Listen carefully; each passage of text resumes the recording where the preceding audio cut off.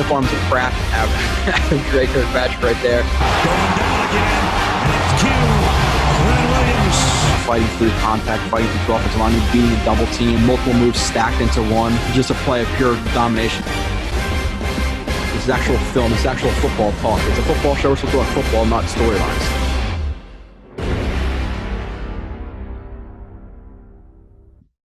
Hello, and you are listening to another edition, the 13th edition of Blewett's Blitz. Brutal start to the show. I actually recorded like 10, 15 minutes and had a phone call from my chief, and I paused the screen share, but I did not pause the recording. So there's 15, 20 minutes of dead air, or just a recording of me talking to my chief in the background. So had to delete that. So second try. Today is 36 plays of the Jets' 59th pick in the 2020 NFL Draft and Denzel Mims. Next show will be 21 plays with Marcus Coleman. I gave you guys 57 plays.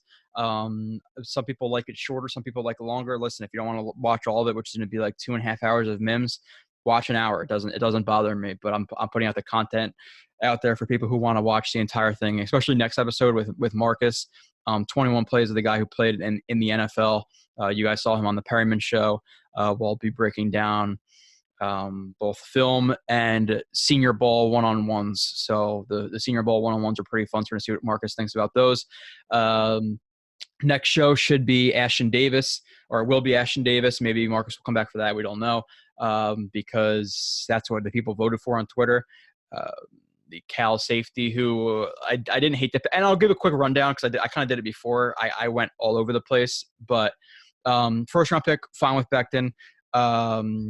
People question like his weight and stuff like that. He was his offensive line coach or his strength coach. He's 16% body fat, or he only has 16 pounds of fat, whatever it is. So he's actually a lot of muscle.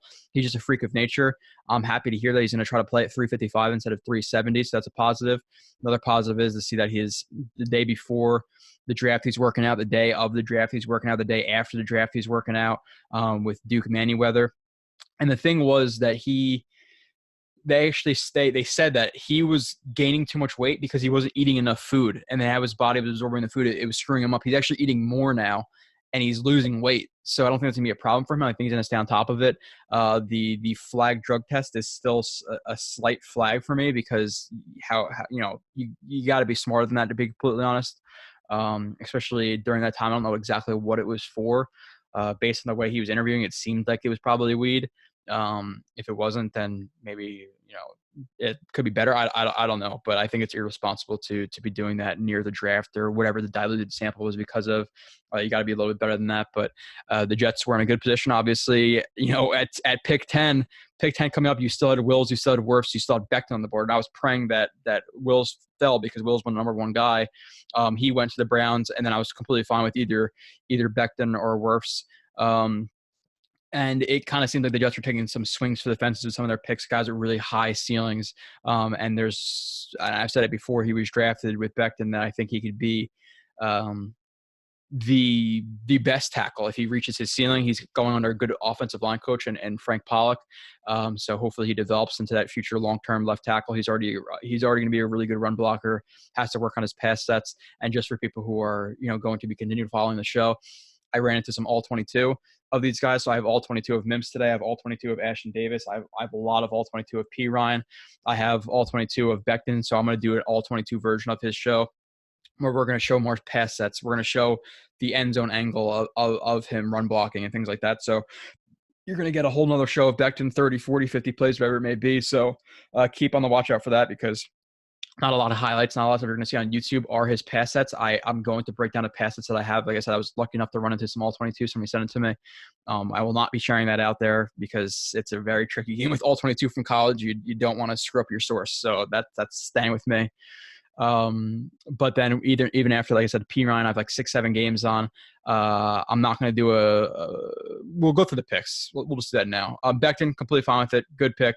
We'll talk about them more as it comes along. We'll skip the Mims pick. We'll talk about that in a second.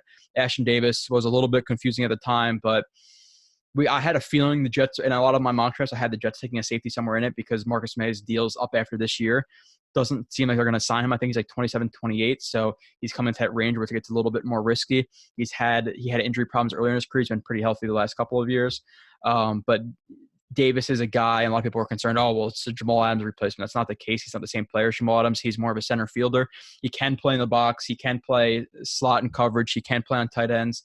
But I would say his true role in the NFL will be that deep center field, or cover 1, cover 3, cover 4, cover 2, deep half, whatever it may be. He's going to be in that role. But I think this year you're going to have the Jets I think a lot of 3 safety sets, big nickel instead of, 2 safeties and 3 corners. You're going to have 3 safeties, 2 corners, big dime, same thing. Three safeties and 3 corners instead of 4 corners, 2 safeties. So I think you're going to see a lot of that. He offers a lot of versatility. I think in terms of him playing in deep coverage, I think it opens up Jamal Adams even more. And him even being able to play in the box opens up Jamal Adams more. So you're going to have a lot of versatility in there. You're not going to be knowing what guys are doing. So I like the pick. Could they have took another guy, receiver, edge that you'd like to maybe. But overall, in terms of the player, I like it. And a lot of people, you hear them talking about these players, and if you hear them talk about their strengths and weaknesses, you go to NFL.com, you're going to see that the people will read word for word or change a little bit of what they hear on NFL.com. So this is the only place you're going to get full breakdowns of these guys. So I'm fine with the Ashton Davis pick. The next couple of picks, I forget the order all the time. Perine, fine with it. Again, there were some running backs that people liked over him. I think he's a safe option in terms of what I've seen from him in pass protection. He's a do-it-all type of guy, so he might not be a home run hitter. But I think in terms of a guy who can come in pretty early and be productive, be an all-around type guy, I like that pick.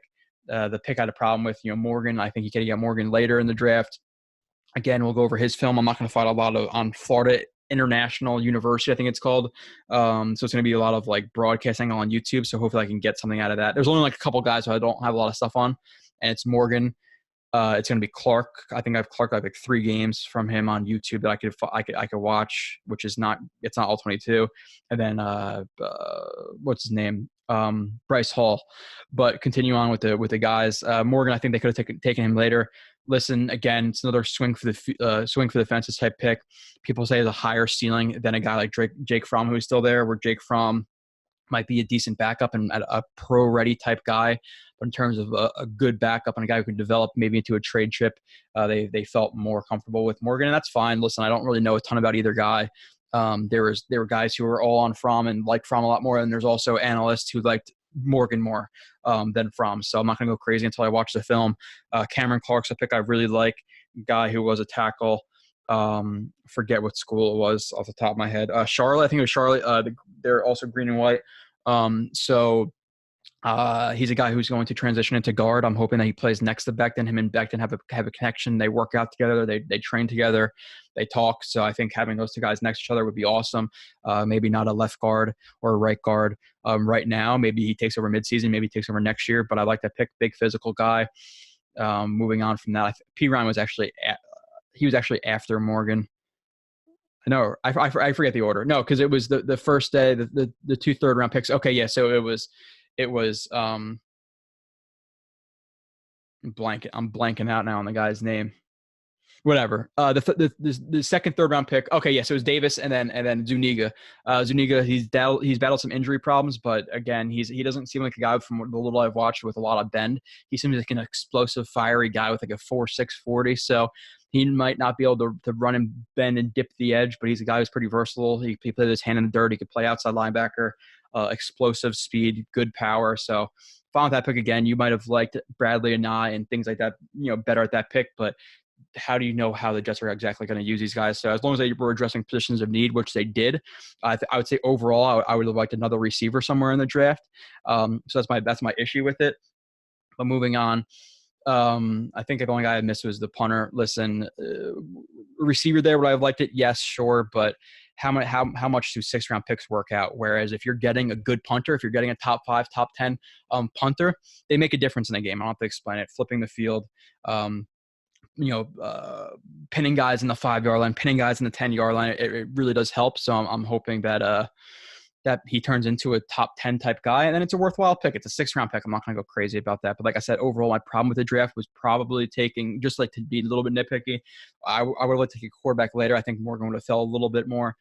Maybe a pick or two I would have changed around a little bit, and take another receiver. That's about it. And then obviously with the other 6th round pick, they traded for Quincy Wilson, who you will also be getting a film review on.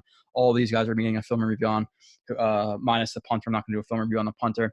And then the undrafted guys, I might do like shorter reviews of them, but it seems like the top 4 guys that people want to see are Guidry, the corner, the slot corner, Lamar Jackson, Huff, the edge rusher, and Cager, the wide receiver. So maybe I'll do shorter ones on them depending on how much I can find. If not, then maybe I'll just do 2 or 3 of them. But it was a successful draft. I was happy with the draft overall. But to take care of the rest of the housekeeping, like I said, this show is going to be 36 plays of Mims. Next show will be with ex-NFL defensive back Marcus Coleman, who will join me to break down the last 21 plays, including some Senior Bowl one-on-one reps. JRB31 on Twitter. I posted like 21 plays of Mims there. And then in the moments, if you want to check out my moments, go there and watch it. If you want to get the full thing, the full 57 plays, go to jetsxfactor.com. That's where you'll get the strengths and weaknesses as well, even though I'm going to give them out in a couple of seconds. That's obviously the subscription service. So that, if you're watching on YouTube, like I said, if you appreciate the work, if you like the show, go onto the podcast app, drop a 5-star at the minimum. If you want to write a review for a sentence, that's awesome. Like I said, it helps me get up the charts. It helps us get more subscribers. It helps do a bunch of stuff more. If you are, just watching on YouTube, at least make sure you like and subscribe, and I guess tell somebody about it. Other than that, Jets X Shop, we just started making t-shirts. I know a lot of people aren't going to buy t-shirts, but for the people who do, McGovern t-shirt, who actually him and his family bought, which is pretty cool. So that I know McGovern at some point's going to be repping a Jet X shirt, which is awesome. Have a Blewett Blitz shirt, have a Becton shirt, have a Joe Douglas shirt, have a bunch of stuff, just a Jets X Factor shirt. And like I said, next show is Ashton Davis coming, and then I'll chalk up to the votes. It seems like P. Ryan's going to be next after that, but I just want people to remember that the Becton show will be all 22. It will show past sets. So it's not just going to be a review of what I've already done. I'm basically going to just do a whole new review. Strengths and weaknesses will be listed like the last time. Maybe I'll find a new strength and a new weakness with the better view that I have. I did give out quite a list. But the jersey today is repped. It's Brandon Marshall. I'm hoping that the guy we picked at pick 59, Denzel Mims, is as good as Marshall was for the Jets that one year. We broke a bunch of records. Hopefully it's for a longer period of time where Marshall really dominated for just 1 year with the Jets. But Mims hopefully is that receiver for the Jets. You're looking at a guy who I think is going to be the X receiver right now for the Jets. A guy who's on the backside, isolated, a guy who can win over the top. And I think both Perryman and Mims are X receiver type guys. And this is not me saying one receiver, like the number one receiver. I'm talking about X, the actual fit in the plays they run. The guy on the backside, isolated, like I said, who you want to win a one-on-one, who's going to take the top off the defense. I think that Mims is a better fit for that now. They both have similar size. They both have similar. Mims can go up and get the ball better than Perryman, but Perryman's a good jump ball guy too. I just think that Perryman fits better into the Z role, the guy who's going to win more short routes, the guy who has to have more timing routes, the guy who's to be a little bit better out route running. And it's not to say Mims won't be a better route runner than Perryman, but I think at this point, you want Perryman having to think more and have to run more routes where, that X receiver on the backside might just be running comebacks and digs and 9 routes in post instead of a really diverse route tree, intertwined within a concept. So I think that Perryman fits better into that. And I wanted to share this too. I was going to share this before, and this is where my where the chief called me, and that's where I had to stop, because I'm not going to ignore a call from my chief. That would be bad business for me. But I did want to share this because I feel like going into I'll share my whole screen. And this was going into this pick. A lot of people, pick an offensive lineman in round 2 or in round 1, pick a guy in round 2, a receiver. And the start of the day, you were hoping that a guy, and Mims was my 5th receiver. And like I said, I'm going to show you text to prove some of this stuff, because I don't want people, he's just a Mims fan because of this. Like I said, there's people last year people loved, like Greg Dortch, who I didn't like at all, or another guy who I didn't like. I'm not afraid to criticize players. But going into day 2, day 2, you're happy. Okay, they just have their tackle. They have their tackle of the future. Got to protect Sam Darnold. Now we need a receiver. And these are some of the texts I was sharing. And I crossed out the kid's name, but I think this is going to day. Ignore the time because that's when I screenshot. I think last night or 2 nights ago. Going to day 2, I was talking about inside offensive line or wide receiver. Obviously, wouldn't be mad at edge or cornerback. And we're talking about it. And this is like proof because I thought Mims was going to be the 4th or 5th guy off the board in terms of receiver. I thought he was really going round 1. And looking at the board, I was like, okay, you have Higgins there, you have Pittman there, you have Van Jefferson there, you have Mims there. I was like, there's no freaking way that Mims is going to fall, which is, as you can see right here, offense obviously the preference. Mims is my number 1 right now. And then getting into the picks. I hope you guys can see this. I hope I'm not sharing the screen wrong. And then I guess this is at pick like 30, whatever. I said Mims isn't making another 10 picks. And at that point, I started getting really excited, and it was kind of nerve-wracking in the beginning of it because, okay, I think, and Chenault, I was thinking about Chenault too, but you had, you had Higgins go, you had Pittman go. The first 2 picks, I was like, oh no, like we're not going to get a good receiver. It's going to be a corner, an edge, or an interior offensive lineman, which is great, but I really wanted like a number 1 type guy. And then just get on the clock. And I feel like this is a lot of people's feelings. That's why I'm sharing it. Mims is available. Just on the clock. Please, we traded. Getting pissed. Obviously, not going to repeat everything. And I actually figured out it was an extra 3rd. It was a comp picks. That's why I got that screwed up. And you're going through the picks, and Mims is still there, and other guys are getting drafted him. And this is after they picked. I'm saying maybe even Mims, which would be crazy. And then going through the picks, Mims is about to fall. Rams don't need a wide receiver. Vikings just got Justin Jefferson in round 1, which I think the Rams actually took Van Jefferson. Thank God, because I like Mims a lot more than Van Jefferson. I thought Van Jefferson would be a good target in the 3rd round, not the 2nd round. But continuing on, Fred, dude, I'm so nervous, praying we get him. And then when the pick comes in, would be bananas. Rams took Jefferson. Let's go more. Pick Mims is there. They took Mims. Freaking out. It was awesome. In terms of that pick, it's an A+.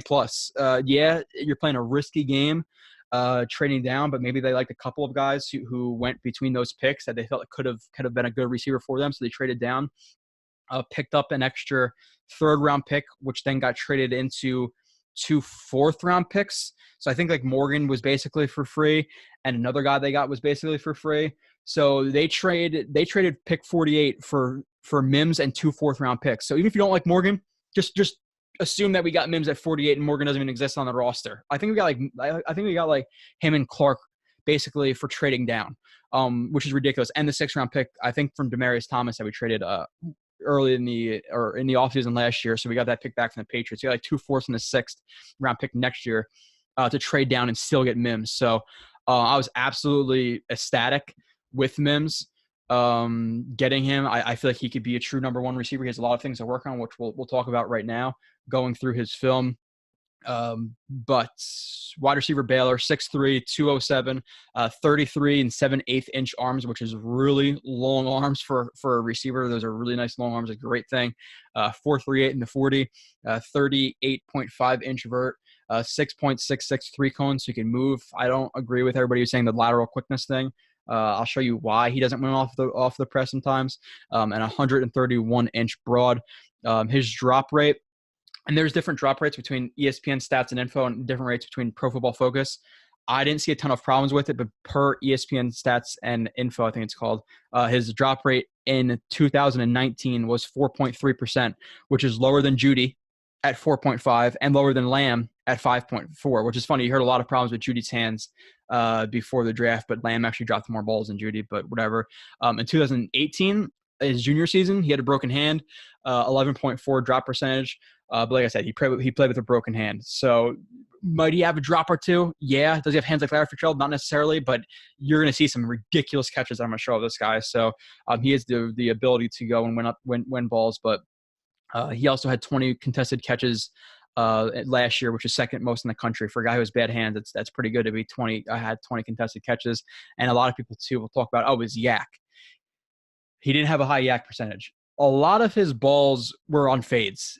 It's really hard to get yak on a fade. So you have to look at that stuff. It's not like he was getting a lot of screens and a lot of slants and a lot of overs. He was getting balls from up in traffic. So yeah, when he catches the ball, he's going to go down because there's a guy draped all over him. So I wouldn't look into the yak thing because he does actually have decent yak. But in terms of the strengths and weaknesses that I listed, size, speed, weight combo at 6'3", 207, 33 and 7/8 inch arms, which I just said. Will push back in the corners before break using size, which I think he needs to do actually a little bit more.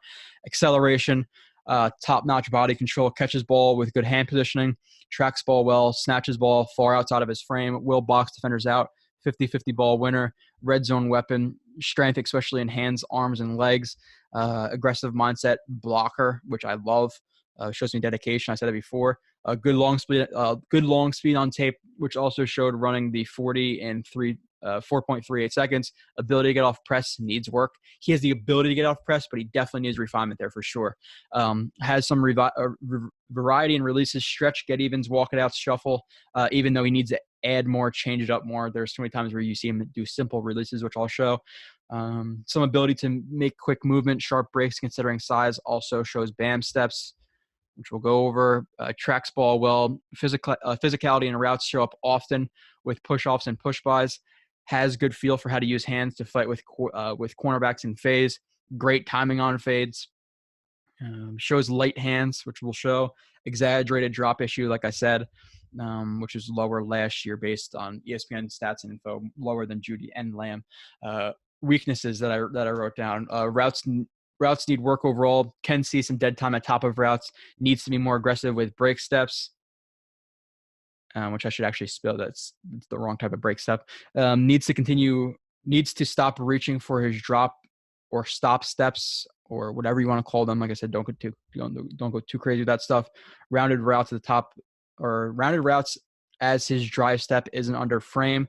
Shoulders can come too high before breaks or in drive phase. I think he could use his size even more in routes, which I said before. Limited route tree at Baylor. You saw a lot of fades, 9 routes, post fades, drags, curls, comebacks, but nothing. You don't see a lot of Colorado outs or blaze outs or whip routes or there wasn't a ton there.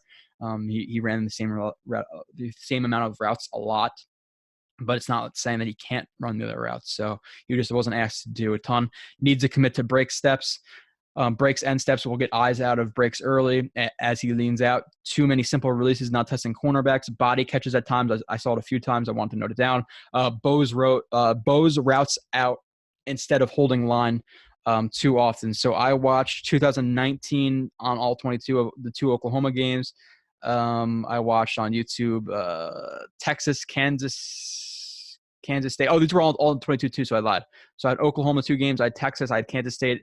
I had UTSA. I had the Senior Bowl, and then I watched on YouTube broadcast version of Texas, Oklahoma, Georgia, Texas Tech, and Kansas State, which is really I didn't really get a lot from those. It was just kind of to show extra replays of him, like different views of it. But let me pull up some film. I'm gonna pause it real quick. All right, first play. Like I said, 36 today, 21 should be in a few days with Marcus Coleman. So that should be exciting. Like I said, the Senior Bowl reps is where I'm stopping this. After play 36 is when the Senior Bowl reps come in. I think I have like 10 plays of Senior Bowl reps, so it's really going to be fun to watch the next week as well. So he's on the bottom of the screen right here. And I'm gonna try to chill it out with the rewinding, but the thing with this is you need to watch the play a couple of times. I'm gonna try to, like I said, to chill with that a little bit. But Mims gets off the line, physicality. You're gonna see a lot of physicality in his routes. He squares up the corner, throws him outside. Again, a lot of people will be concerned with his physicality in his routes. DeAndre Hopkins gets away with it all the time. He might get called a time or two, maybe even 5-6 times during a year. But a lot of the stuff he's doing is legal, especially in that 5-yard contact window. They give receivers a lot of leniency, so he uses his size to his advantage. Right there, gets inside. The corner is peeking back inside, which you really want to see the corner close ground on the on Mims. So Mims doesn't have. This is a decent break right here. I don't like how his arms are so loose right there. You see how his arms are really like wide apart and things like that. You want your hands to be tighter and pumping. So I would say to fix his arms a little bit right there. And just to me, so he throws that right foot stop step, break step. It doesn't. I would like to see him drop his hips a little bit more here too, where his hips are a little bit high, and then you could see him starting to lean out of the break before he really even commits that second stop step. So you want to do stop, stop, break, drive here, and he like I said, I'm gonna try to be a little bit easier with the rewinds. People said they're getting Gase eyeballs or whatever. But we do have to go over it. So I would like to see more of the hip drop and commitment to that first step. The second step is the step that I have the biggest issue with, where you could see that he's not really committing to that step. He's already leading out of it and looking out of it. So you really want to see those first two steps get thrown on the ground, your eyes towards the ground, your chest over your knees. Whereas here the first step wasn't bad. I would see his arms a little bit better, and drop his hips a little bit more. But the second step he doesn't commit to at all. And you're going to see some dead time at the top of the route right there. He doesn't get hit, but I did want to show one of the route breaks. Again, physicality off the line, which was fine with me, obviously. He's going to get away with some. That's something NFL receivers get away with a lot, where corners are kind of screwed. But a guy like Mims, who, like I said, 6.663 cone, a guy who runs under a 4.440, 6'3", 30, almost 34-inch arms. He's a physical freak, and if he can get his route running down, it's not terrible, but if he can get it down, and I think he said his biggest weakness is getting out of his breaks faster. He could be a legit number one weapon, legit. And a lot of people comparison that. People say Brandon Marshall. Brandon Marshall was bigger than him, and slower than him. When I was watching him, I thought AJ Green, fast guy, physical, lanky, can get out of his breaks, is still athletic, offers some yak. So I would say like an AJ Green type of guy is what I see when I watch Mims. So he's at the bottom of the screen again, and he's going to use a get even. Just brings his feet up. Now he's squaring the guy up. He's assessing him. He allows for a two-way go, either inside or outside. So he uses that get even. The problem with getting off of press for him is he gets caught in the chest too much. You'd like to see his hands more ready for that punch right there. You see his hands are wide and kind of low, and he gets caught in the chest, which will disrupt his route stems. So that happens a little bit too much for me. Again, he has the strength to do it. It's not a hard thing to do. Just fix your hand placement, be a little bit more ready for it. Maybe you should train with Aaron Donald with those knives.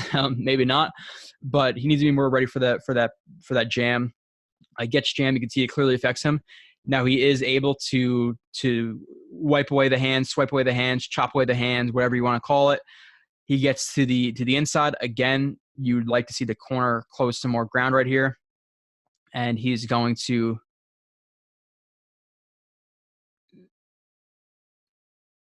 so if you're looking at his feet right here, I'm going to say this a couple times. He with his break steps, he lunges into him. You see he's jumping into that break. Like you want to see him throw that foot down, like throw it to the ground, commit with your hips, drop your hips, have your chest over your knees, which his chest is over his knees. But too frequently for me, he hops into his breaks. You see him jumping for it. He's lunging for his break. He's not throwing that foot down. So when you're lunging into it, you're trying to stop and you're throwing your body forward, if that makes sense. So he's throwing his body forward. And you can see, again, that first step and the second step comes down. And you can see how he's not really committing to that second step. He's already starting to lean out of his break and look out of the break, instead of stopping first, then getting into a break. So it leads to more rounded breaks. So I would want to see throw that foot down instead of like lunging into it. Commit to the second break. Look at your foot. Don't lean out before you get out of that step. So you want to see like stop, and then really start to open up that right foot towards the quarterback to allow your hips to open up and get towards the quarterback. You're going to see some of the dead time. Again, it's not a bad break. He doesn't get the ball right here. Sorry for your eyes. I'm trying to do it slowly. You're going to see what I'm saying. It's not a bad break, but these are things that he can fix up on where so that's something I even noticed I was playing in slow speed. So The thing I like about this route too that I didn't mention is, so the first phase, be ready for those hands. He's running he's running his route somewhere here. He throws a stutter. You're going to see the cornerback react to it. The corner's going to try to now race over the top because he's thinking he's running a stutter and go. So now you're going to see the corner really start to get in high gear and really start to elongate his stride, and then he breaks. So I like the stutter in his route to make the corner gear down and then really start to run over the top and open up his stride because he thinks he's running a stutter and go. So good job with that stutter in the route for sure. Again, this is not a bad route break, but he could eliminate that dead time right there by throwing his foot into the ground instead of lunging into that break and really committing to that second step. So good route and can use some work as well with that. Next, bottom again, backside. This again, this is what I expect to see him with the Jets. This type role, X receiver on the backside of plays. And instead of having to make him think a lot and how many steps I need to be in the sail concept, this flood concept to get over this and read coverages and all this stuff, he's going to be isolated when you're out. That's what I think he's going to be best at right now because he's not an experienced route runner. He'll get there. He'll get there. Well, maybe he could play Z and X and big slot and things like that. Where right now, like I said, I think this is his role for the Jets. So you're going to see a get even. He's probably going to bring this. He's going to bring this back foot up to the front foot. Again, to assess the corner, to eat up space, to get the corner to react a little bit, to allow for a two-way go. So he's going to bring the back foot up. Again, so my problem with this is you're closing ground with a guy he's a little bit off, but he's still in press. Your hands got to be ready for the press. So he is able to wipe away the hands, swipe the hands, but the corner's hands do hit him. And in the NFL, he's leaning a little bit. This corner's leaning a little bit for that contact. In the NFL, they're going to bring their feet with him and jam you. And from that point, you're pretty much screwed. So I would like to see him get off of press better here. You're going to see it affects him. He bows his route out really far. So you're going to see him start at the top of the numbers, and he bows it out really far to the sideline. So a good corner in the NFL at this point, that jam, he's gonna jam him and take his chest, and he's pretty much screwed from that point. But even if he is able to get outside and he bows it outside, the corner's going to use that sideline as that second defender. He's going to get over top of him and squeeze him to the sideline. Now it makes it for the quarterback a harder throw because you don't have as much room for error. Whereas if he was to get off the snap cleanly, push back into him, sack him, and then now this quarterback has all this turf to throw it. Whereas when you bow out like this, it's a harder window for both you and the quarterback. Again, the ball does not go his way. I'll show it again. Needs to be ready for the hands and bows it out too far. Even after he gets pressed right here, I like to see him really work up into him. You see how he bows it out voluntarily? So at this point, turn it right into him and stack him. You has the speed, he has the strength to get on top of him, and then you have him over top, and the quarterback has more room to throw the ball. So less bowing of the route, more ready for the hands right there. Pause it and bring up the next set of 3 plays. All right, next play. Again, he's isolated on the top in that X receiver role. Okay, so again, this is where he uses like a lot of simple releases, and I'm not honestly I don't think it's a bad thing to have simple releases. Sometimes you do, sometimes you don't. If he was to foot fire, maybe stab outside, maybe the corner angles his hips off outside or opens his hips off outside, and then you're able to get a better position into your route stem. Here, that's not a huge issue because the corner does jump outside. My issue with this route is, again, you're seeing him bow it inside. Well, honestly, I would like to see him do more at the beginning of this too, because he does that, but he doesn't really threaten him in any way where the corner is able to jump outside and just open right back up to the inside, and he's able to get over top of it. So he wasn't able to manipulate him a little bit more in the beginning phase of the route. He'd be able to work into the corner, be able to lean into him before the break. But because he doesn't really manipulate him a ton, the corner's gonna be able to work back over top and then crowd the route break, as they say. So he's able to work over top. Again, I'd like to see him push vertical as quickly as he can here, which he does work back into him a little bit, but he's still able to crowd the top of that route break and stay completely with the route.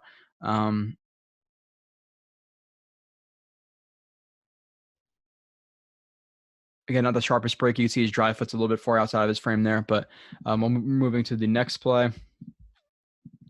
Rocker step slant. Okay, I remember liking this play. Bottom, right here. Press corner. A little bit of like a soft shoe press corner. And he runs a good route right here. This is a good route. He's just not targeted. So comes off the snap. Short stride foot fire. Again, two-way go. Squares him up. Closes ground. A lot of the releases are used for the same thing. There's in different ways. You don't want to use the same thing. You want to see short strides and foot fires and skip releases and all these different things just to change it up. You don't want to do the same thing all the time. So he gives him a short stride foot fire while he's stemming him a little bit outside, and then uses a rocker step. So you're going to see him right here, plant hard off the left, head fake to the right, plant off of that right, and get inside. Pushes vertical, which is gonna hold him over the top, breaks inside. There's some congestion in the throwing window for the quarterback because of the linebacker right here. But overall, I'll play that again. A solid route. So you're gonna see the foot fire, close ground, rocker step, break inside. Again, the throwing window is congested, so he doesn't throw it. But overall, definitely a solid route right here from Mims. Next play we're going to look at. So I'm going to say another simple release. I said it when I recorded it. Not much with his release. So he is on the bottom. Number 5. He said he wants to wear number 15. Josh Bellamy has that. Then he said 11. I'm fine with 11. I heard that it was because there's 11 guys taking over him. There's actually 12 taking over him, and he can't wear 12 because Chase Claypool, unless he's not counting Chase Claypool as a receiver and a tight end, but he was listed as a receiver. So I wouldn't really like it if it's for that reason. I like the number 11 regardless, but hopefully, we'll see with Bellamy last. I don't think he's going to last, so maybe he can just switch to 15. But he wore 15 his junior year, 5 his senior year. Somebody else had his number 5 his junior year.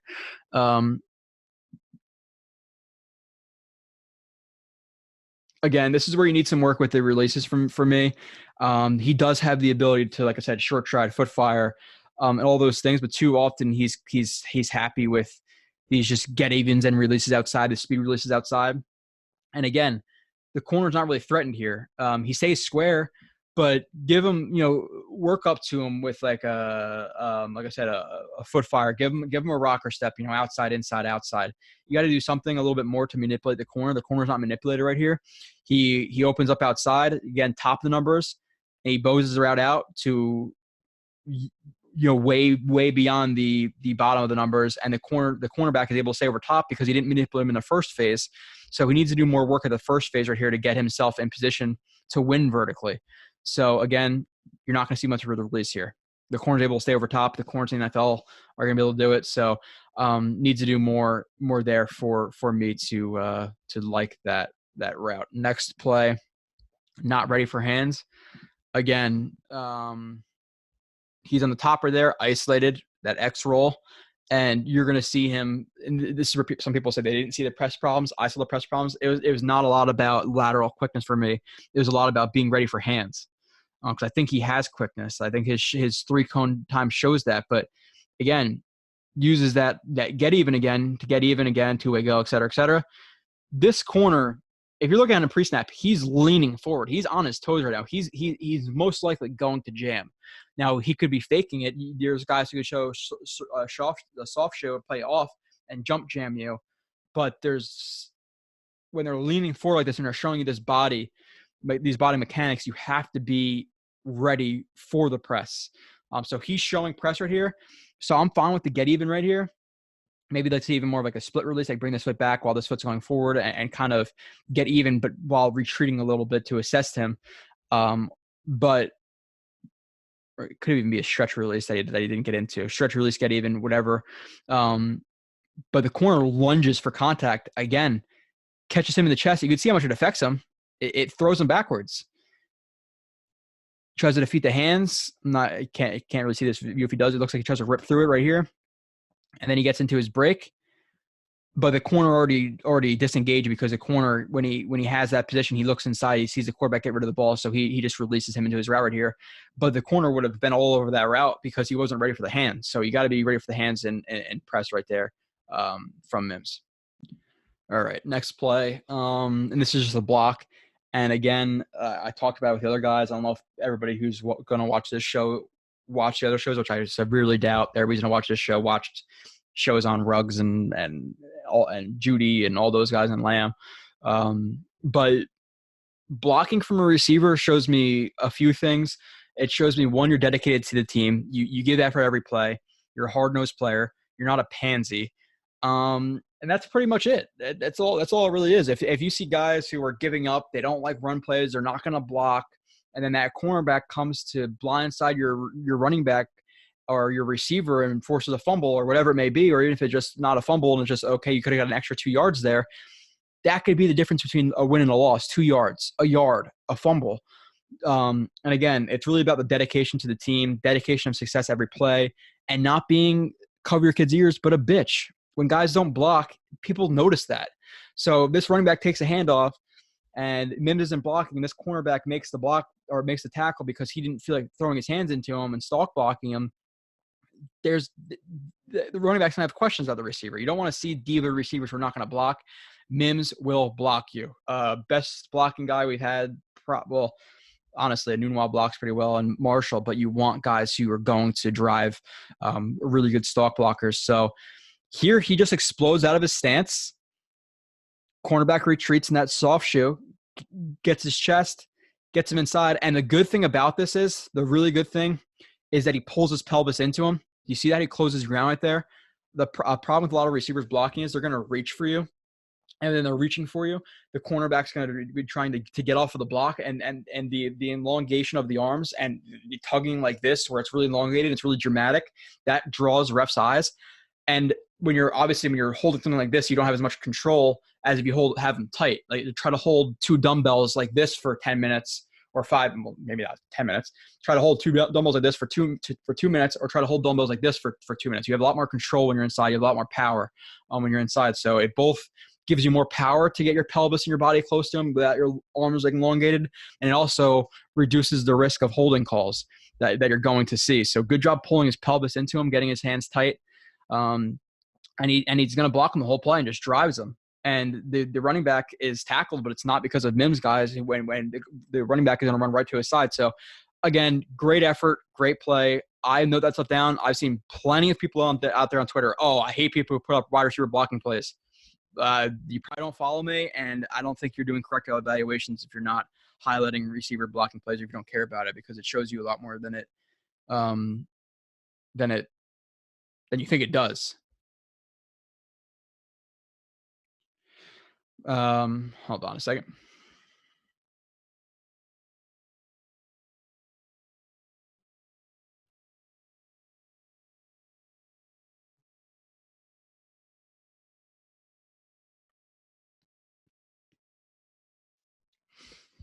All right, continue. I paused for like 3 seconds to show me pause it.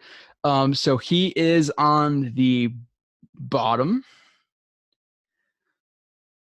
Okay, so I like this route from Mims again on the bottom.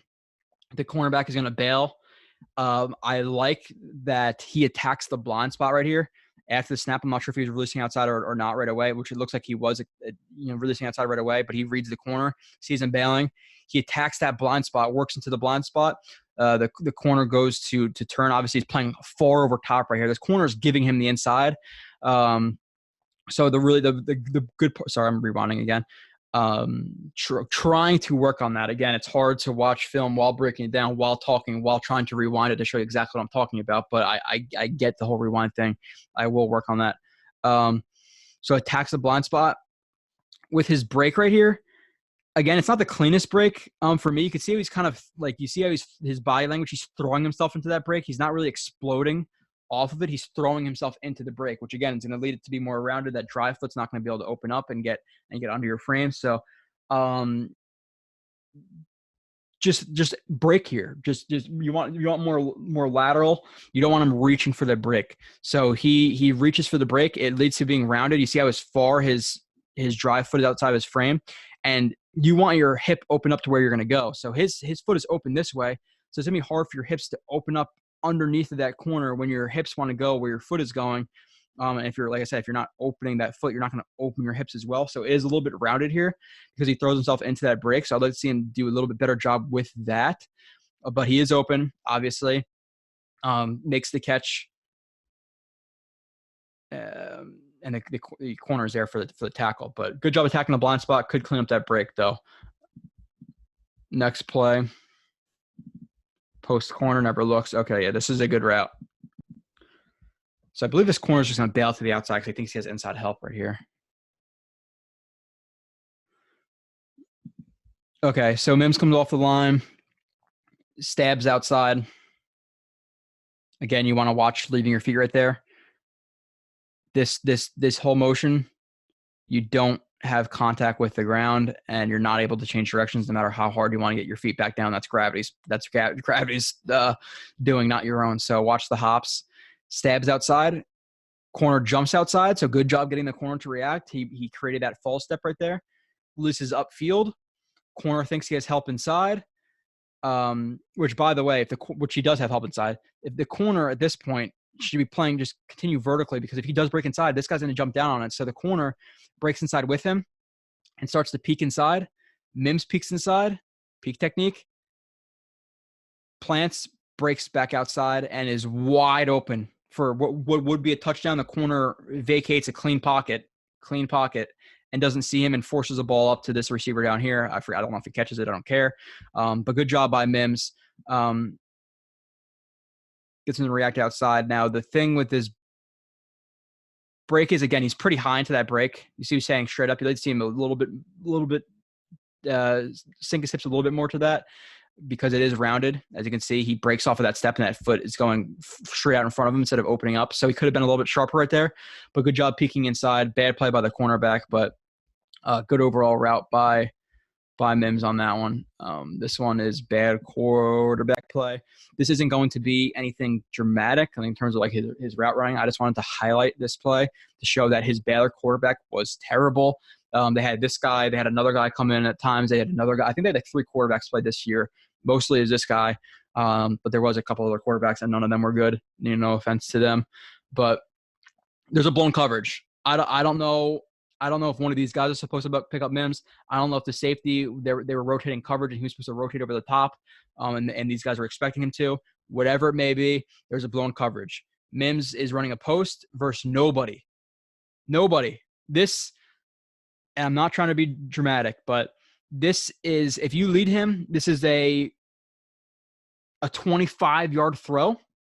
There's a people in MetLife parking lot hammered drunk can hit that throw. So the fact that the quarterback did not even put it on him, he put it so short that Mims can't even make the catch, is terrible. Terrible quarterback play. I know you had the running back kind of near you. Maybe you stepped on his foot. You got to be able to make this throw. And the running back does just drift into him. It's a bad job of the running back right here, honestly, too. But you got to be able to make that throw. The throw does not get there. And now Mims is they leave a 80-yard touchdown on a blown coverage out on the field. So that hurts. I did just want to highlight that his quarterbacks, and I'm not going to put up every play of his quarterback being bad out there. Okay, so let's watch this next play. But I did want to highlight that just to show, okay, stats, and he had this many stats. How is his offensive line? What concepts was he running? Did they hit him when he was open? Did they have bad throws? Did they force him into contested catches? Like, there's a bunch of things. That's why I hate stats. Top of the screen, press coverage. Again,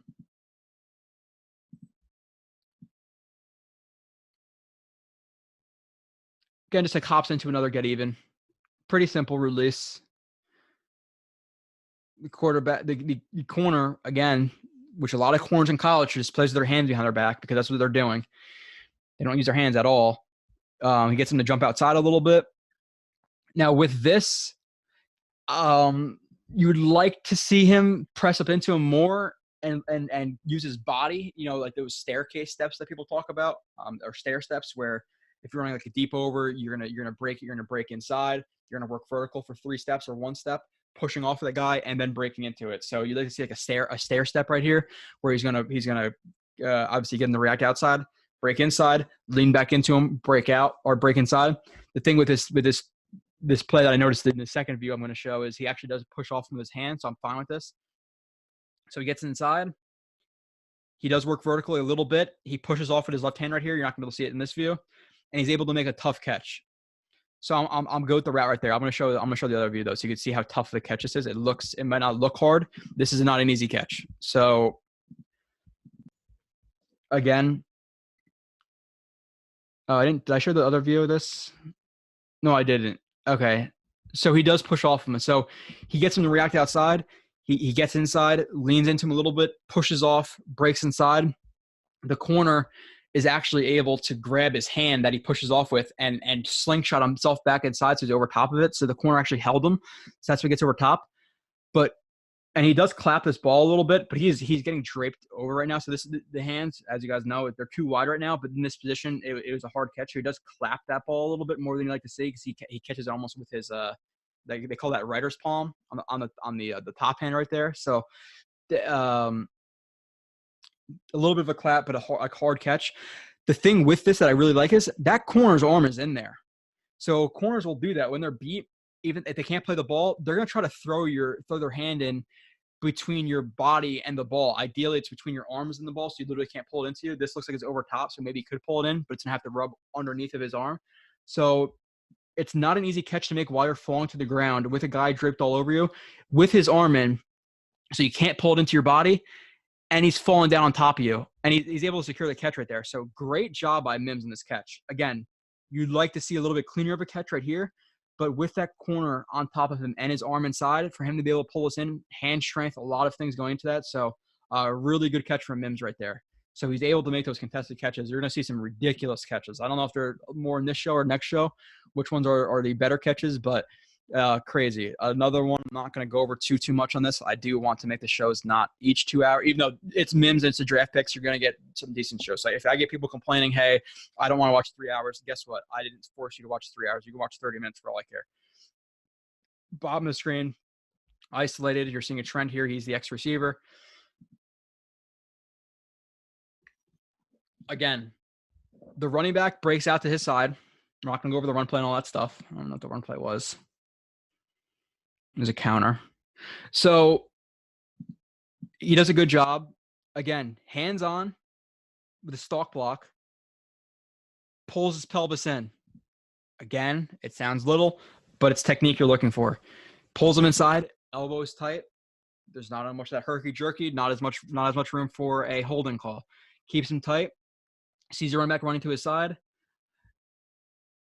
And just stays at the play. Keeps his feet moving. Keeps his arm pumping to throw him out of bounds. He drives this guy all the way from the 35. He's trying to get off. Still trying to get off. His hands are still on him. Driving his feet, using torque, and drives him all the way out of bounds. That is plays I see on film, and I give him A pluses for that grade. That's the stuff as a coach. Yeah, run a great route. Great. You got the ball. That's what you want. These are the plays that I'll be looking at. And really giving guys props. You know, if I set the whole team down, which I'm not a coach, maybe not in the NFL, maybe one day I'll coach a high school or something like that, which we'll see in the future. These are the plays that I would show to the team and show that effort. That's what I want to see from guys on my team, and a trend with the Jets. And maybe I'll write down the guys in the future, but a lot of the guys they're drafting this year, like team captain, Clark team captain, Bryce Hall team captain. A lot of these guys were team captains. Play Like a Jet's going to have a podcast on Hall, which I'm sure I'll go on and talk about his film. But they're basically saying that he makes Mother Teresa look like an asshole. I shouldn't say those words in two things, but he was a really, really good guy. You have Becton on Twitter mentioning every single guy who gets drafted and is so pumped and all this stuff. So they're drafting a lot of high character effort players who are going to be good in the locker room. So I like that. That matters more than people think it is. And people just want to throw in guys like Des Bryant, who is a me guy, in my opinion, from what I've seen. I don't know in the locker room, but I want the guys who are going to play for the team. That's how you get that. That's how you get rid of the guys like Tremaine Johnsons, who are not going to get signed here. Even though Marcus said he was, I don't think he's a different player with the Rams. Something happened to him where he was happy with the money. But great freaking job by Mims on that play. Those plays pump me up. All right, next play. I think we have 2 touchdowns in a row right here. Press coverage again. This is if you're noticing this release, this is what you saw a lot from Perryman with that hop step right there. Hops off the left, breaks off to the left. And he's doing this to one, close ground, but also able to make a quick break to the outside, because you don't want to. He doesn't want to step up right here with his one step and then break off of the left foot, because you're not going to generate as much power when this foot's far in front of it, and you're also not closing as much ground as you would. So you're allowing for a better break and to not close as much ground as you would if he just took a one step and broke outside. Which if he did, you'd like to see him right foot up, left foot outside or inside, and then break off of that left foot up, that's already up. But again, this is the release he's using, which is a fine release with that hop step. Pushes off of the chest with the left hand. Again, it's not a lot of stuff that refs are gonna be able to see or call. So little tiny hand fighting like this, little push offs to the chest, little things like that, refs are not gonna call it. So good job getting his hand inside right there, pushing off, shoulders down, and he starts to dip that shoulder. You're dipping that shoulder because if he is able to recover, you don't want your shoulder really open. He's able to land his hand on your shoulder, push your body back. He's kind of slingshot himself in front of you. So good job dipping the shoulder right there, getting vertical, shoulders down. He works to stack them. So you can see how he starts at the middle of the numbers, bows it outside as he gets outside, and then he's going to bend it back inside. And he gets on top of him. Again, left, you see some of the hand fight out there with the left hand. Shows good deep speed. Late hands. And the thing with the late hands people were talking about, you see a lot of guys who are inexperienced with deep balls will start to put their hands out way before the ball comes. One, you miss a lot of catches like that because you're focusing more on your hands than you are the ball, and you slow yourself down a lot when you're doing that. And also, if you've been watching this channel, which we're going to review more corners, during the season and stuff. I don't think we really watch a lot of corners because actually, we have the SEER review coming up. But what corners are taught to do when they're beat is to play through the arms and play through the hands. So when a guy's going to track the ball, and their hands are out like this, that gives you your aiming points. You want to work through those hands, punch through those hands, punch through the arms so they can't bring the ball back to the body, forcing the incompletion. But when you have late hands, you're not getting an opportunity. They don't know where the ball is, and they can't kind of work toward your hands. So if you're doing it late hands, you're disabling the cornerback to recover in one of the primary ways they are taught to. So good job with the late hands catch. Good job tracking it. Good. Oops, sorry for that quick rewind. But again, hop step, push off, stacks them, pushes off with the left hand, late hands, good catch. 15. Keep doing that. I figured out how to, which actually makes it a lot easier for me. Hold on. I'm sorry. I screwed myself up there. I figured out how to, with Mac, split screens. So if I'm looking at a play and I'm typing notes on it, I could have one, two sides, and I keep screwing up. It's like habit now that I'm doing that. But okay. So top of the screen right there. Again, tight alignment.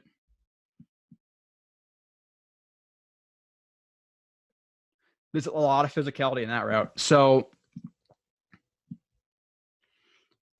he's gonna that's a skip release. So the hop step, if this is a hop step release, he would propel himself off that left foot and break off the left foot. But I call it a skip release when he's skipping up at only halfway to shoulder width instead of a full one step forward, and then you're gonna break off of that right foot. So he uses a skip release right here to close ground. Stems inside, gets his hands on the corner, throws him inside, clubs him inside, punches over with that left hand, continues vertical, snaps it off outside. Again, could be a little bit better of a break. Let's say that foot a little bit more forward and generate a little bit more power off of that foot. You can see it's a little bit rounded at that point. But overall, really good physicality in that first phase of the route. Gets outside, quarterback hits him for the touchdown. So physicality in his routes is definitely one of the pluses he has. And if he's a guy who can clean up his route running, if he cleans up his hands, if he cleans up his route breaks and starts slamming that foot down and committing to his second step and not lunging for breaks, and he has the power that he does, and he has the size that he does, I did it again. I keep splitting the screen. It's such a reaction to pull up the play and then watch it while I'm typing. It's a pain in the ass. So I'm sorry for the delay. I keep doing it. All right, I got to minimize myself because I'm up on the whole screen. That was play 16. Again, apologize for that, even though you couldn't see it. but again, and he has power in his legs. So I'm going to show some breaks where he's lunging into a break or not coming to a stop step, and he's getting out of his break pretty damn fast. Where with bad technique, if he had good technique, he's gonna be able to whip out of his routes. He has that size, he has the speed, he has the strength. He could be a legit number one receiver. Like he has, and I'm not, and trust me, I like Judy better, and I would pick Judy a billion times over Mims. Mims has a higher ceiling because of his body. Judy's never gonna be a guy who's gonna go and dominate a guy vertically and at catch points. Mims can dominate in every way. If so, he has a higher ceiling. Obviously, Judy is an elite route runner, and I would take, again, don't take that for the way it's not supposed to be. If he reaches his ceiling, he could be an AJ Green. Julio Jones is different than him, but an AJ Green, Chris Godwin, Braylon Edwards with more speed type of lanky guy with power who can run routes. Like he can be a true X receiver, like a legit number one. So I'm really excited for him with his biggest weakness being route running. Who was his wide receiver coach? His wide receiver coach, Jefferson, coached his son, Van Jefferson, who's considered the second best route runner in the nation to Jerry Jeudy. So if he could teach Mims, who has a much more physical talent and is younger, more powerful, more quick than Van Jefferson, if he could teach those same route running concepts and those same route running techniques to Mims, watch out, because Mims can be good. I'm excited about this player. He's a number 5 guy. But I could argue him as my 3. I could argue him over Ruggs. I can argue him over Justin Jefferson. But he was a number 5. And I'm really, really excited about this player. I really thought he was going in the first round, whether that be to the Eagles, whether that be to the Packers what the Packers pick at 29 or 30 or 28, whatever it was. So, really, really excited about this guy for sure.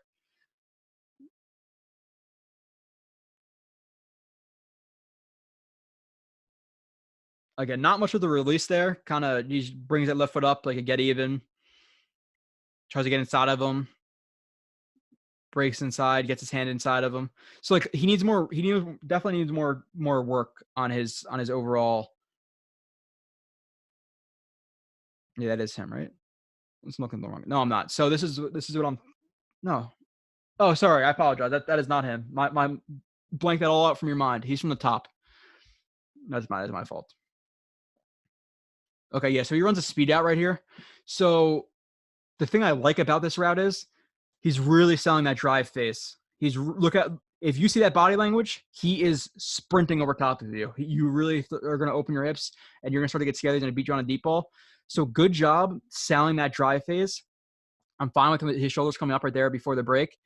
The thing I would like to see is maybe instead of elongating your stride like that, maybe shorten your stride. So you have more quick steps, still sell vertical with your shoulders and still give them 85, 90% of your speed, but shorten those strides so you're not running as fast, because you're going to see him right here get into his break.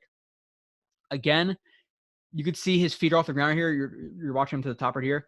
You can see again, he kind of lunges for that break. You see he lunges for it. He's reaching for that break instead of slamming to the ground. So when you're throwing your body forward and trying to break a different way, your body's going to still want to continue forward. So you're not helping yourself breaking the way you want to break. So I would say drop his hips more again. Don't reach for that. I like to see him sink a little bit lower here. He's a little bit high into that break. And again, you're going to see that drive foot out of his body. So remember when I was doing the Judy show, Judy would be cutting and make a 180-degree cut and still get his drive phase under his body because he had right footwork. He was able to open his hips up and things like that. Where Mims is going to be a little bit harder because he's more leggy. He's taller, but I still want to see proper technique. He's never going to be as sharp as a route runner as Judy, but he's also bigger, faster, and can catch balls outside of his frame like Judy wishes he could. So he has a lot more physical talent than that guy. So if he can make his route running very solid, not elite, he's going to be a good player, man. So he breaks on that out, but you're going to see it how he starts to break at the 32 and he rounds that and takes it upfield all the way to the 26, like a 6-yard break. So you see that a little bit sharper. Again, he's running full speed. He's leggy. He's carrying a lot more weight. But 6 yards is a little bit too much. 2, 3, 4 yards okay, but 6 you're getting into that dangerous territory where you're going to allow that corner to make up and work back to the ball. So good and bad there. Good catch. Did I show the catch? Yeah, not really that great of a catch. I don't know why I put that. So Moving on to the next play 17. Again, 36 plays today, and then 21 plays with Marcus Coleman. And I don't know if I have new followers on here. I don't know what happened the last couple of days. I got like 400 plus followers. I appreciate everybody who supports the channel. If you want to if you watch this stuff for free, great. If you don't want to subscribe, I'm fine with that. You're getting half of it. I appreciate a lot of people on Twitter. I'll always interact, and like people are like, oh, thank you for taking my question. I'll always answer the questions as long as you're not a douche. Like if you're being a douche and being sarcastic and doing all this stuff, I'm just not going to respond. Or if it's like so out of the realm of possibility or just so dumb, like saying trade Jamal Adams for a late first round pick, that's just stupid. I'm not going to respond. I'm not getting into an argument where I know it's going to go absolutely nowhere. I don't really like to get in arguments anyway, but unless they're logical, then they're fun. Bottom of the screen. Again, so this is so I think this is a play I showed the other guys. This is the play that I'm really. It looks simple, right? So you watch this. Okay, you know what? He runs a hitch. This is encouraging to me because I'm gonna play it in full speed. Just I don't want you to watch the feet, anything. Just watch how quick he gets out of this break. So this is really encouraging to me because of how he's 6'3". He's leggy, but he gets out of his break really well with not good technique. So the thing I do like about this is comes off of the ball, selling vertical with his shoulders over his toes. You see what I'm saying with him shortening his strider here? Now look at his feet. So I want you to watch a different thing. Shoulders first, good. Feet, you see how his strides aren't really elongated like the show I played before. So he knows he's going to break, but he's still selling vertical. This corner is getting out of there. He's preparing for vertical. The thing with the break is it's not a good break, or it's a good break, but not with good technique. So you see how he lunges into that break again? You see he's really reaching for it. You see what I'm saying? Body is high. He's throwing himself forward. He's launching off of that left foot into his break. You don't want to launch yourself into breaks. You're throwing yourself forward while trying to get backwards. It doesn't make sense. So let's see a better break right there. And again, so you see him throw that stop step, which he does throw his body over it, but again, let's see more hips, hips lower, not lunge into it. You see what I'm saying with the break step, with the second step though? You see he's not committing to that step. You want to see his body over his toes for both of those steps in this scenario. You want to look down at your foot so your eyes aren't out too early. You don't want to lean your body and your eyes out of that break because you're not getting the full stopping force out of that break. So first step, not good. Second step, he's leaning out of it. He's already leaning out of it. His eyes are out of it. You do not want that. So he's leaning out of his break where he should be out in 1, if he did properly, 1, 2, and this foot would be more in front of him, and it would be opened up, and then this foot, the third step, would really open up and get him back to the ball, where he takes an extra step right here because he throws himself forward. So, and he's leaning out of his break. So he leans out of his break again, not good mechanics, not a good bunch of stuff, but he's still able to get out of his break quickly. So that shows me how powerful his lower body is. This bad technique with getting out so quickly shows me how powerful he is. Makes the catch. He fights forward he tries to for an extra yard or two. He almost gets the first down. But that was a really encouraging play off of something that looks bad, which it was bad in terms of the technique, but positive play for me in terms of like, wow, like he could still get out of that break with bad technique like it was. You don't want to lunge into the breaks. You want to lean out of the breaks, et cetera, et cetera. This is a similar scenario, I guess, because I said needs to commit the second step. Bottom of the screen, similar stop, if you want to call it a stop. Some people call it a hitch if it's within 5 yards. Some people call it a stop if it's after that. Whatever, curl, hitch, stop. Don't get tied up into it. I'll go with my terminology when I'm putting it up where I can't take it back because people will take it out of context. But let's just call it a stop right here. Again, similar thing is that's too long. You see what I'm saying? He's launching himself into that. Look how that's not good mechanics to stop. You want to see him run into it and throw that freaking foot into the ground. Just throw it into the ground as hard as you can. Drop into it. You don't want to see the lunge into a break. So he lunges into the break, body getting thrown forward while he's trying to break backwards. Second step, what is he doing? Is his chest over his knees or his shoulders over his knees? No. Are his eyes on that second step? No. Is he leaning his body out of that break? Yes. So 3 out of 3 knows that you don't want out of that play. But he's still able to get out of it relatively quickly. He wastes steps. He wastes an extra probably the step there that he should, and there's some dead time at the top of it, but he's still able to stop himself quickly with bad technique. Not good technique right there, but sorry for rewinding fast. He gets out of that quick, though. You see what I'm saying when I play in full speed? Bad technique, quick. If he quickens that up, man, like he has and again, this is the no yak guys. Turns inside, feels a corner coming to the outside hip, keeps his balance, jump cuts around him. Good yak. Again, the low yak thing to me is probably more a result of fades than it is actually his actual yak ability, because I saw the plenty of yak ability. Play 19. Mother effer, I did it again. As soon as I open up the plays, I hold that extend button for people who know what I'm talking about, and I keep freaking extending it to half screen instead of sharing the screen. Dead leg, solid break. Okay, so he's to the bottom. At least, yeah, it looks like him. That's definitely him. Dead leg release. People extending your one step, as they say. So what this is doing is, again, you're eating up ground, but you're just extending that one step. So if he was closer, maybe he would step up and then break inside. But because he's retreating, he's gonna dead leg him, where the front foot or the back foot comes forward, and then for movements after that, you're going to keep the back foot after that one step. So it's called a dead leg.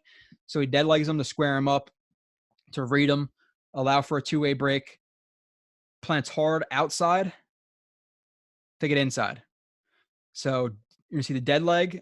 The corner starts to angle off a little bit outside, stabs outside, opens him up even more, breaks inside. Again, lunges a little bit into that break, but he's able to get out quickly. Now, I like to see him work back to the ball and not this. I know it's an awkward spot, but if he was to attack the ball, I want to see him run back to the ball, hand catch it. One, it doesn't allow the corner to play the ball if he was able to make up ground quicker, and it also allows you to have more room for yak. So I don't like the body catch there. Again, and I'm going to play the breaks. I like the first part. Like I said, we'll run through it quickly. Dead leg, stab outside, get inside. Quick break. Not good mechanics on that break. Breaks one tackle and gets outside for extra yards. Again, if he was to clean up these breaks, instead of lunging himself into the breaks, throwing himself forward, his breaks would be a lot cleaner. And again, it's a quick break, but I'm really encouraged by if he picks up his technique again, sends the guy to the turf as he's trying to turn around. Don't want to see the body catch there, though. So there's a lot of positives for sure, even with bad technique. That's more of the physical tools that I'm seeing on that play. We want to see some stuff cleaned up, obviously, though. Catch outside frame. So we're going to get into some ridiculous catches maybe soon. This is against Texas. I think Texas is wearing all white. Yeah, man, this is crazy. So not much of the release here. Again, just speed release outside. I want to see him manipulate the hips, create false steps, make him step inside instead of outside. But here he just releases right to the outside, so the corner is able to stay over top. You don't want to do that in the NFL. Again, guys who are good in the NFL are going to stay square right there, and they're going to drive you right out of bounds. So the release, I'm not a fan of. This part, I am. He bows it out. He sees the quarterback throwing the ball.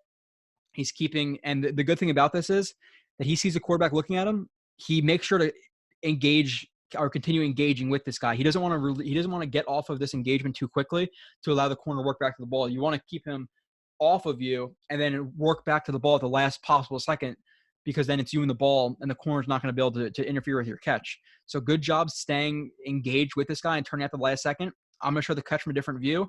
This is a ridiculous catch. I'll show it from this view that I have. This is the only thing I used the broadcast for, was the catches, really. So bottom right there.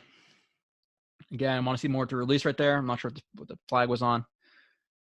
It's going to show it in a different view. His body control, and this is where you tell you body control, catching your ball outside of your frame. This is not a normal catch. that is ridiculous. And I'm going to show a view, the version of it where it's like really, really close. He catches this ball with one hand. The right hand comes over top of the fingertips, and all that's doing is he's using his finger strength to pull the ball back up into his body, and he tucks away from the ground. You don't want to see him hold the ball like this. The ball hits the ground. The ball helps secure the catch, and then it's an incompletion. So I'll play this in full speed, just so you can appreciate how great his body control is, the ability to catch the ball outside the frame. Like I said, the hand strength, the awareness to turn the ball back into his body and turn his body to not let the ground hit it, is all ridiculous. That is a ridiculous catch. You're not going to see much better than that. Absurd. That is just crazy. Tucks it back into himself, gets the knee down, and he has a catch. So great job right there from Mims. 21. We're not going to do any pause ups. We're going to go through them. Oops, sorry. I hurt your eyes for a second because I actually know I can just like this. So he is bottom of the screen, shuffle release. I think he actually drops this, but I like how he gets there. So you can, I would call this a shuffle release because you see how he's in the middle of the numbers and he works immediately outside while kind of staying square. I'm gonna call that more of a shuffle. A shuffle release. So he shuffle release right there. And earlier in this drive and early in this play, I saw it a couple times because I have the all-22 of a lot of this. He set this guy up a couple times where he would use a dead leg or a shuffle, stab outside, then get inside.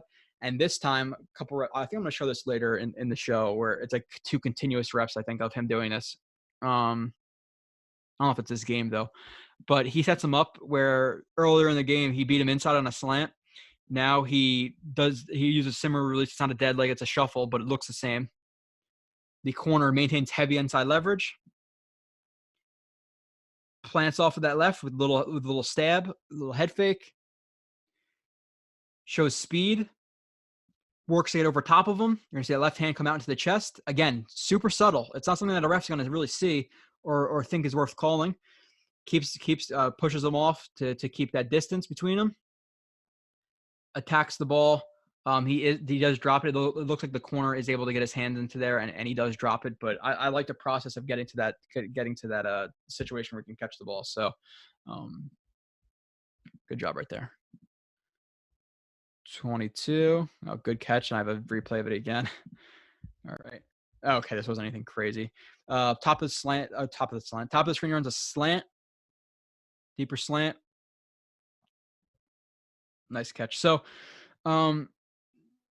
this corner doesn't play this properly. If anything, you want to see the corner play with inside leverage or maintain inside leverage, which he looks like he is inside leverage at first. We want to see him maintain that inside leverage. But the good thing that Mims does is comes off the ball, vertical, foot fire. That foot fire gets the corner to just kind of, you see how he kind of just hops back and plants his feet a little bit.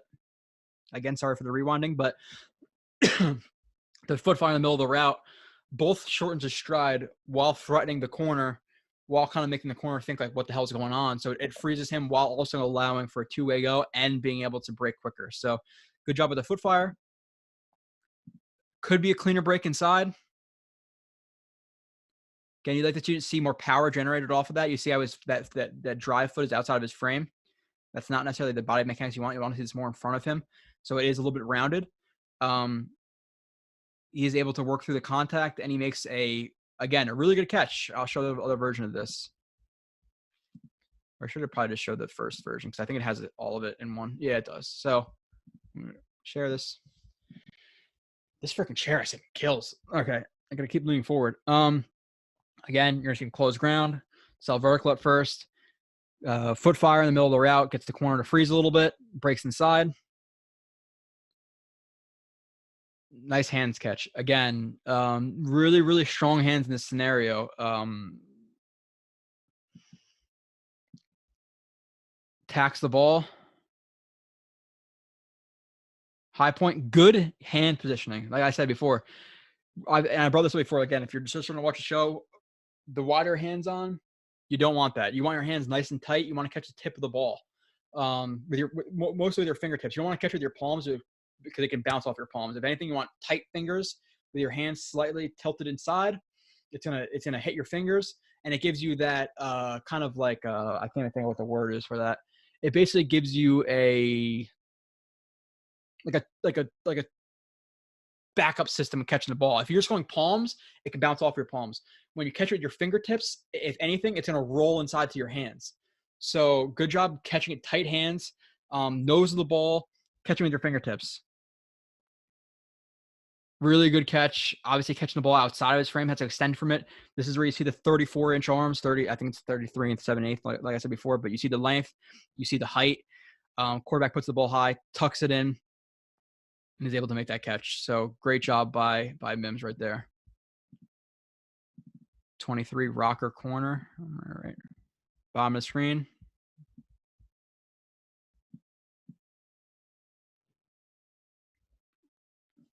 Yeah, it makes that an easy touchdown catch for his, or touchdown throw for his quarterback, sorry. So comes off of the ball, shoulders over toes, selling vertical, threatening the corner. Once he gets into a closer range with the corner, he is going to come up a little bit, break inside, and he throws a rocker. So plan inside, or plan off the outside foot, inside foot, outside.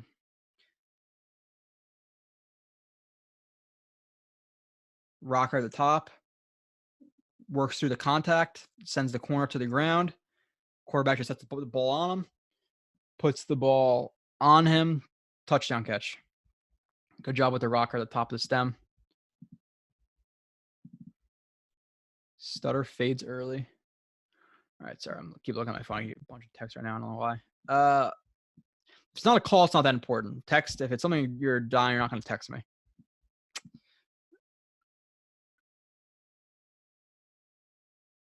All right, so this is good. He's on the bottom right here. Comes off of the ball, stems outside. The corner bails. I like that he works into the blind spot of the corner, but at this point, or you're gonna see it. He stutters, which doesn't really affect the corner because the corner's not really looking. It maybe affects him a little bit. Maybe he hears the footsteps. The thing I want to see with him is, though, once he's in that blind spot, I want to see him work into the hip of him. Again, you're giving your quarterback more room to throw this ball. So you're going to see him really bow this route out. You see how he really widens it? Now it's a harder throw for your quarterback. And if that was a better corner, what's going to happen is the corner is going to either speed turn or if he has good feet and hips, he's going to flip around and work through you to the ball because you're fading too much. You're giving him too much of a cushion to be able to recover. Whereas if he was to work into the blind spot, stutter, this guy still turn like this, work into him, use advantage of your body length, give your quarterback a bigger throwing window. He puts it on you, you box him out, you catch the ball. If he puts it too far outside, you give him a little chicken wing, a little elbow, and then you work to the ball and he has a bigger throwing window. But he fades outside too much from me right here. And the quarterback has to put it in a good spot because, look, the corner almost gets this. That's really close. So, and he's just on the sideline right there. You see a little bit of green grass. So he makes that too hard for himself and the quarterback. I'd like to see him hold vertical a little bit more right there. Next play. 25 of 36.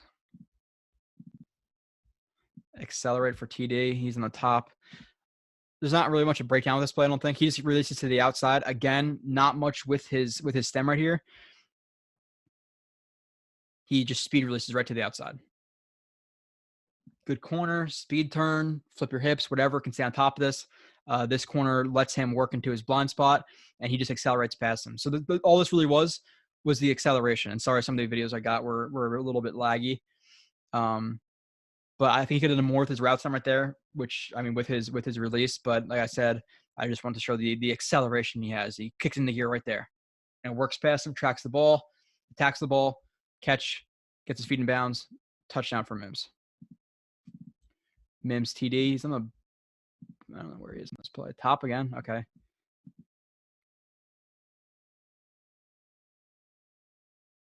Yeah, this is very simple too. I don't know. Yeah, again, just nothing with the release. Guy bails. I would like to see a sharper break right here. He does round it. Again, you see it's a little bit rounded. Looks back to the quarterback. My problem with this is his eyes kind of come out before he breaks out of it. So I think his eyes come out a little bit early, makes it rounded. I'm not sure if this is supposed to be a post that he cuts flat a little bit because he sees a safety, whatever it may be. He catches the ball, attacks it. It's hard to see in this view, but he attacks it right there. He's about to fall over, maintains his balance, runs in for a touchdown. Nothing groundbreaking with the last 2 plays, let's be honest, but I wanted to show them 2 touchdowns. 27, I put meh and strength. So it's going to be something bad with technique and good with strength, I'm going to assume. Okay, yeah. So again, speed release off the line. The break's not good here. Cornerbacks in the NFL are going to get tipped off by this. You see how he, sorry for the quick rewind again, continues vertically, and you see how he's starting to lean to that break. You see his body language right here, right? You see he almost like breaks off of his inside foot. The break is actually off the left foot. But if you're watching this, when do you think he's starting to break? You can kind of see him leaning into it right now. Like even right here, you start to see him lean into it. Guys in the NFL are going to jump on that. Now they don't want to jump too far in front of it because if it's a double move, you're screwed. If it's a sluggo, you want to attack the near shoulder, the upfield shoulder. But he leans before that break a little bit too soon for me, and it's still rounded. So I would see more explosion off of that foot right there. He's not really sinking himself into it. You see, he's pretty straight up. His hips don't really change height right here when he breaks into this. So he's standing pretty straight up into this break. Makes it a little bit rounded. Don't love the route. He's afforded the opportunity to be open because the corner was playing so far off. But nice catch. You see the extension to it, catching the ball outside of the frame, et cetera, et cetera. We've been talking about it a lot. Looks like he has good hand positioning. You see his hands are nice and tight right there. Again, it's small. If you're watching on a phone, I'm sorry. If you're watching on a computer, you can see it a little bit. I know Joe Olivo watches on his big screen, I think. So you can see even better than I can. But good hand positioning for sure. Tight hands. Catches the nose of the ball. Tucks it into his right hand. He knows he's getting his guys over top, so you don't want to tuck into your left arm near the guys. He tucks into his right arm. Good job by him. Absorbs the hit. Watch the safety. Flings him to the ground and is able to maintain his balance, and he tries to fight forward for extra yards and et cetera, but he obviously gets wrapped up by the whole, I think it's Kansas State team. So good job. I didn't say Kansas City. I said Kansas State, but I mumbled. 28.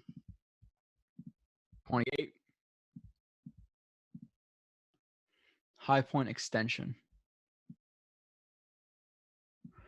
All right.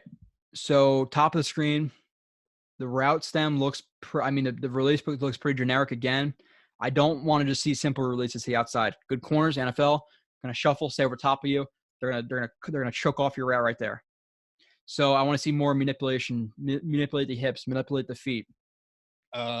We've talked about plenty of releases, skips and hesitations and foot fires and skips and rockers and blah, blah, blah, blah, blah. All this stuff we've talked about. You need to do something here. I don't care what. If it's effective, I'm fine with it. But stems at him, breaks right outside, really not doing much of that stem. He starts to look back for the ball. Quarterback's going to throw it back shoulder, which they did a lot in Baylor. He just went backside and throw it up to Mims. Again, keeps contact with this is how you want to fade. The fade, keep your contact like that. Extend to the ball late. You don't want to see him push off right now and then work back to the ball too early. Or sorry, like you don't want to see him push off at like the 32 and then start working back to the ball or work to the ball with your hands because the cornerback is gonna have time to close that distance and play through the hands. Where if you flash those light hands, you react to the ball late, it gives him a split second to react, and it's not going to happen.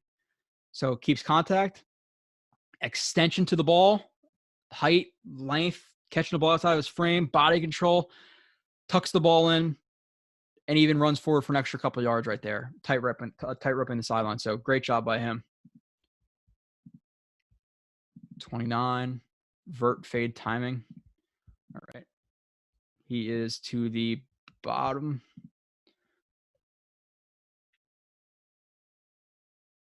Again, plenty of back shoulders. This isn't anything groundbreaking right here.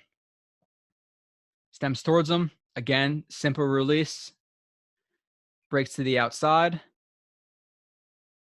Starts again. I like to see him work vertically a little bit quicker here. Like here, now with that left foot, cut right into him, right up into him and past him. You don't want to see him bow it out because now you're giving him more room to work over top. So I like to see that fixed up a little bit. But again, you see him Just continuing to bow it out. Looks back to the quarterback. Contact. Stops quickly. Works back to the ball. Catches it. Breaks one tackle. And gets an extra yard or two right here. Again, he has some yak ability. He's not going to be Henry Ruggs or Brandon Ayuk in terms of running with the ball after they catch. He's 6'3". He can't move as fast as those guys. He's not 5'9", 5'10". I think Ruggs is 5'11". Mims out of bounds by extension. I think this is the play I put up where he actually wasn't out of bounds. So I was wrong on this when I put it up initially. I remember putting this up, I believe. Yeah, he wasn't out of bounds. I thought I was watching freaking NFL for some reason. But he's on the bottom of the screen.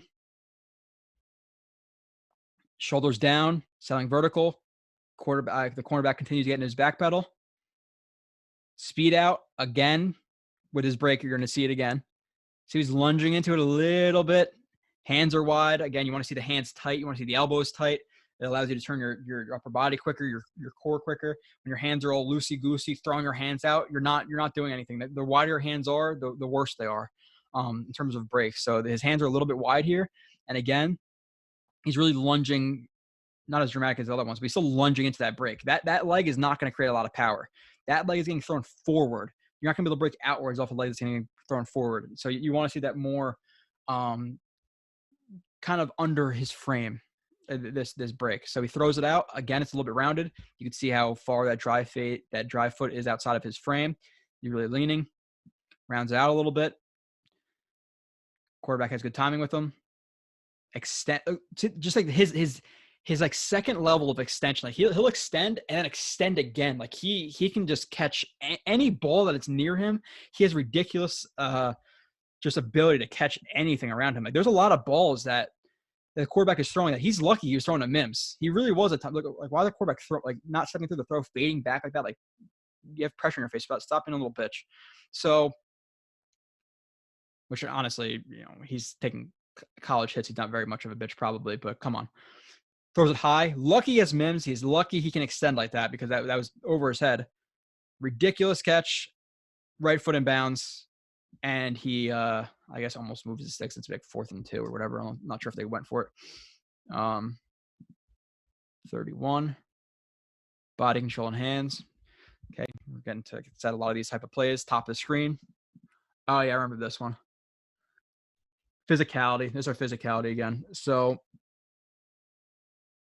comes off of the line, stems directly at the corner, a little bit outside, hands inside of him. Again, this is DeAndre Hopkins does this stuff all the time. So if you're worried about, there's too much physicality, he might get called here and there for it, but there's going to be a lot more good than bad from it. So, and I think with him finessing up his route running and getting more releases and using releases more, knowing when to use releases more, attacking leverage, like things like that, he's not going to have to use this as much, but it's definitely it's going to be a nice tool that he has in his toolbox for sure. So gets contact, rips him down. He said that left he disengages with the right, rips him down with the left, punches through it.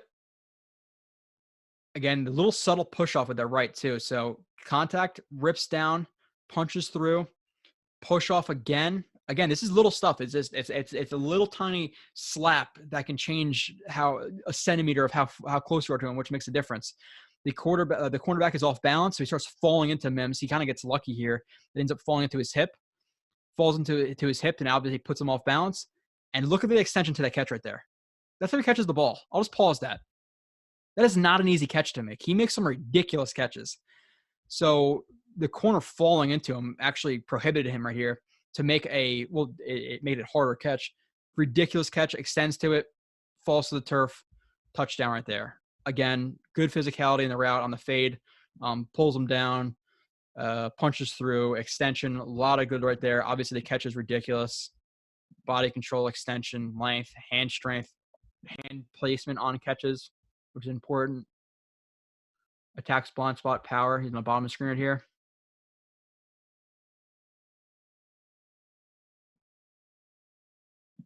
Nice throw from the quarterback right there. I'll give him credit when it's due. So comes off of the ball, stems directly at the corner. The corner opens up. Again, you don't want to be in this position. If anything, outside leverage, you help inside. So maintain outside leverage and on his level. So not great play from the corner, but he attacks the blind spot, stutters, And you see how it affects. Sorry for the again. I'm not going to keep saying sorry for the rewinds. I'm just going to try to fix it. As long as I don't do it as much, I get better every show. I know something that's when you're watching it, it's kind of trips you out a little bit to see it too much, but it's something I noted down. I can always improve. I also stutter a little bit too, but works into the blind spot. You see how the corner either feels that or sees it or hears it. He gears down and he goes to flip his hips, not a speed turn. He flips his hips. Mims gets outside, works through that contact. Nice. He has power, like just working through the corner's body like this. I think the corner either gets off balance or goes to the turf. No, he doesn't. So he actually slingshots himself with Mims, but Mims fights through that. So good power. The quarterback puts it in a good place. He tracks the ball, boom, right into his hands. Touchdown catch.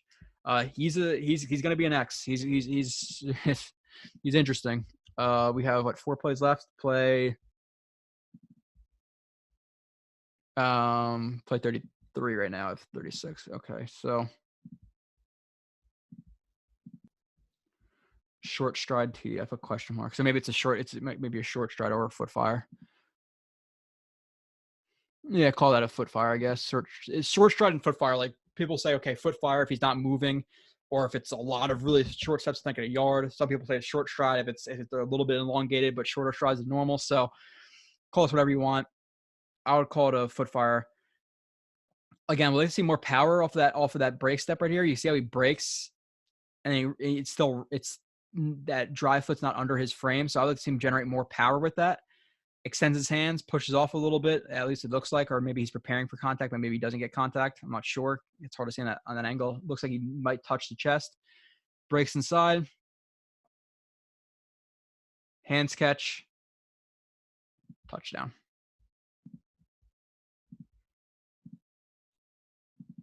Three plays. All right. Simple release hands. Okay, so again, he is to the top. Yeah, okay. So again, I want to see more here. I don't want to just see him take one step up and break inside. Like he's not really threatening.